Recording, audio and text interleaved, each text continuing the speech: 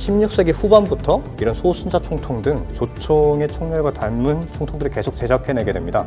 예를 들면은 여기 가늠자와 가늠쇠가 이미 부착되어 있고, 이런 병부를 붙이기 위한 목과가 시도되어 있는 걸로 봐서는 이미 소순자 총통 때부터는 조준 사격이 가능한 총통을 만들었다. 근데 소순자 총통 자체가 1589년, 1587년 이런 당시에 이미 제작되고 있는 것들이 명문에서 많이 나오고 있고, 조총 자체는 이제 인조, 광해군 때, 특히 광해군 때 같은 경우에는 아시다시피 사르우 전투에 대규모 조총 부대를 파병했었기 때문에 그 정도 시기에는 이미 조총이 대량으로 생산되고 있었다라고 생각할 수 있겠습니다.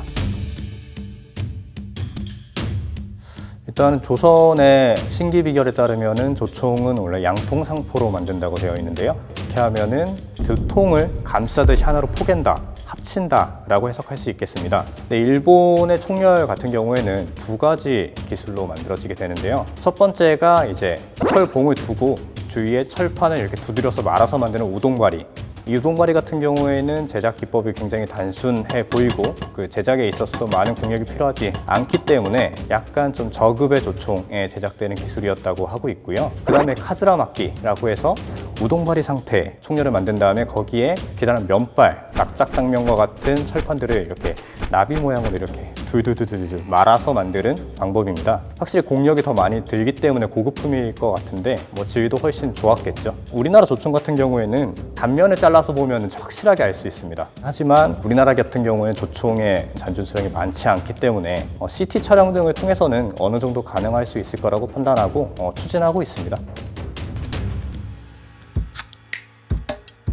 나사라는 거는 총열 끝에 끝부분을 이렇게 마감하는 부분에 여기 이 부분에 이렇게 박혀있는 부분을 미전이라고 합니다. 이 나사를 왜 조였냐, 기존의 총통 같은 경우에는 주조품으로 만들었고 끝부분은 당연히 마감이 되어 있는 형태였거든요. 예를 들어서 여러분들 군대에서 K2 소총 10발 정도 사격했을 때 내무반에 들어오게 되면은 그것 쐈음에도 굉장히 많이 깨끗하게 수입을 해줘야 됩니다. 근데 당시 이제 조선시대에 사용했던 화약 같은 경우에는 유연 화약이기 때문에 굉장히 많은 불완전 연소된 화약의 탄매들이 남게 됩니다. 특히 이 끝에 있는 부분 같은 경우에는 완전히 닦아내기 힘들었겠죠. 때문에 이 미전부를 설치해서 나사를 풀르고 이제 완전하게 끼어있는 탄매를 제거하기 위한 목적으로 제작되었던 것입니다.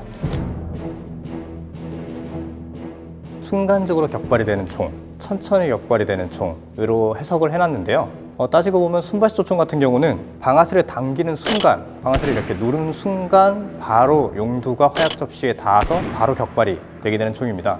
그리고 완발식 같은 경우는 방아쇠를 당기면 당기는 힘만큼 용두가 같이 맞물려 가면서 이렇게 움직이는 총이라고 생각하시면 될 것 같아요.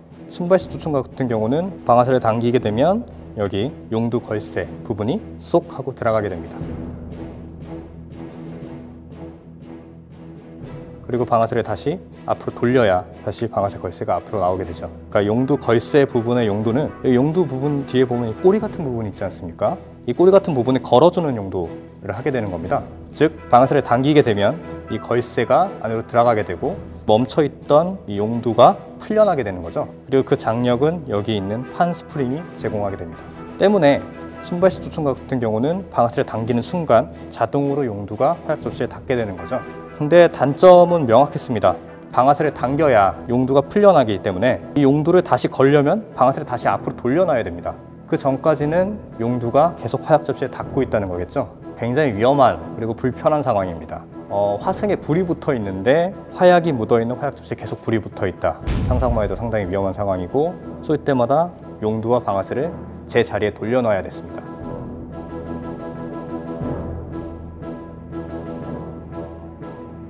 이에 비해서 완발식 같은 경우는 정말 메커니즘이 간단합니다. 방아쇠를 당기면 당기는 만큼만 용두가 나가고 방아쇠를 그냥 놓으면 자동으로 용두가 다시 올라가게 되는 거죠. 때문에 숙련도가 그렇게 높지 않은 병사들도 쉽게 사용할 수 있었고, 특히 유럽 같은 경우에는 굉장히 이제 구분 동작이 42단계, 예를 들어서 나사우의 마우리츠 백작 같은 경우는 구분 동작을 42개를 나눠서 마치 병사들이 기계와 같이 다뤘기 때문에 이러한 확실한 제식 동작에 따라서 적들을 제압할 수 있는 완발식 조총이 유리했던 상황입니다. 1인학자였던 구보다 마사시 이런 사람들의 연구에 따르면 순발식 같은 경우는 격발이 굉장히 용이하기 때문에 사람들을 직접 저격하고 이렇게 정확도가 높은 그리고 산악지대인 한국과 일본에서 많이 사용했고, 그리고 이제 유럽이나 중국처럼 넓은 평야대에서 싸우는 경우에는 기능 고장이 작고 조작이 용이한 완발식을 많이 사용했다라고 하고 있는데요. 우리나라나 일본 같은 경우는 분공을 세울 때 수급을 취해서 가거나 적을 정확하게 명중했을 때 이렇게 개인의 공적을 나눠 가지게 되는 경우도 많은데요. 때문에 적들을 하나하나 사냥하듯이 적을 쏠 수 있는 순발식의 총이 유리했다라고 해석하고 있기도 합니다. 사실 일본 학자들의 의견에 따르면 이런 연구 결과가 나온 건데요. 아무래도 기존에 맨 처음 일본 종자도로 들어갔던 조총 자체가 이 순발식의 화승총, 말라카 형식의 화승총이었고, 이 조총들이 양국 간에 상당한 신뢰감을 심어주었고 계속 오래도록 쓰다 보니까 새로운 무기 체제를 변환할 필요성을 못 느끼지 않았나 하고 추정해 볼 뿐이겠습니다. 사실 우리나라와 일본의 조총 같은 경우에는 면착식, 즉 얼굴을 뺨에 대고 이렇게 조총을 쏘게 되는 구조입니다. 사격을 해보신 분들은 알겠지만 일반 소총을 이렇게 뺨에 대고 쏜다, 제대로 된 조준점이 형성되지 않을 거거든요. 완발식 소총 같은 경우에는 대부분이 개머리판이 있는 피쉬테일이라고 불리는 개머리판이 있어서 이 개머리판을 어깨에 대고 견착해서 쏘게 됩니다. 확실한 명중률을 담보할 수 있었다라는 생각이 들게 되고요. 왜 일본과 조선에는 이런 개머리판이 없었냐? 일인 학자들은 일본군 같은 경우, 특히 이제 아시가루들이 입는 이 브레스트 플레이트 같은 경우에 이 견착하기가 둥글어서 불편했다라고 이렇게 얘기를 하기도 하는데, 그렇게 따지면 서양은 더 이렇게 브레스트 플레이트가 활성화되어 있는 지역이거든요. 심지어 여기에는 개머리판이 닿을 수 있는 부분까지 따로 구비해 놓기도 하고요. 그래서 이거는 상당히 조금 미스터리로 남아있는 것 같습니다.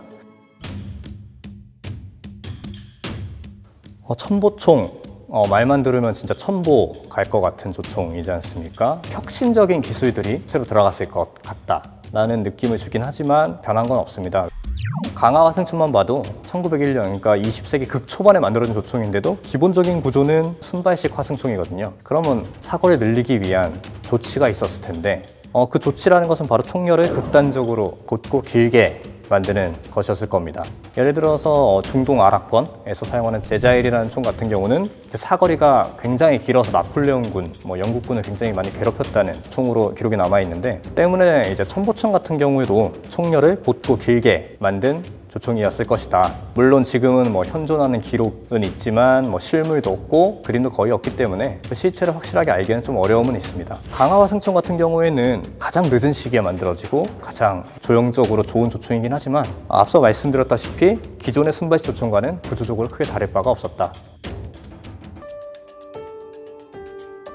우다가와 다케이사 같은 일인 학자들은 심지어 이런 주장까지 하기도 했었습니다. 플린트락보다 일본식의 면착식의 순발식 매치랑 머스킷이 정확도나 이런 면에서 우수했다. 그래서 굳이 플린트락을 선택할 이유는 없었다. 근데 저는 그건 말도 안 되는 생각이라고 생각하고요. 당연히 플린트락만 가도 화승도 없고, 즉 불이 없기 때문에 안정성은 훨씬 높고 발사에서 귀찮은 과정들을 훨씬 많이 생략할 수 있고, 이미 개머리판도 있습니다. 정확도도 훨씬 높고요. 저는 앞서 말씀드렸다시피 익숙함, 신뢰도 때문이 아닐까 생각합니다. 서양 같은 경우는 허구함에 치고받고 싸웠습니다. 예를 들어서 진주, 사천 두 영주는 목숨 걸고 싸웠습니다. 어떠한 무기, 체계를 받아들일 때 내가 죽지 않기 위해서는 저 무기를 계속 받아들여야 되는 거죠. 때문에 무기사 발전에 있어서 서양은 굉장히 발전 속도가 빨랐습니다. 근데 조선 같은 경우에는 그러한 무기 체계를 개편할 만큼 거대한 압박, 거대한 충격이 훨씬 늦게 다가왔습니다. 그리고 일본 같은 경우는 대항이란 거대한 사건을 겪으면서 서양 무기 체계의 엄청난 압도적인 화력을 경험했고, 또한 남북전쟁 끝나고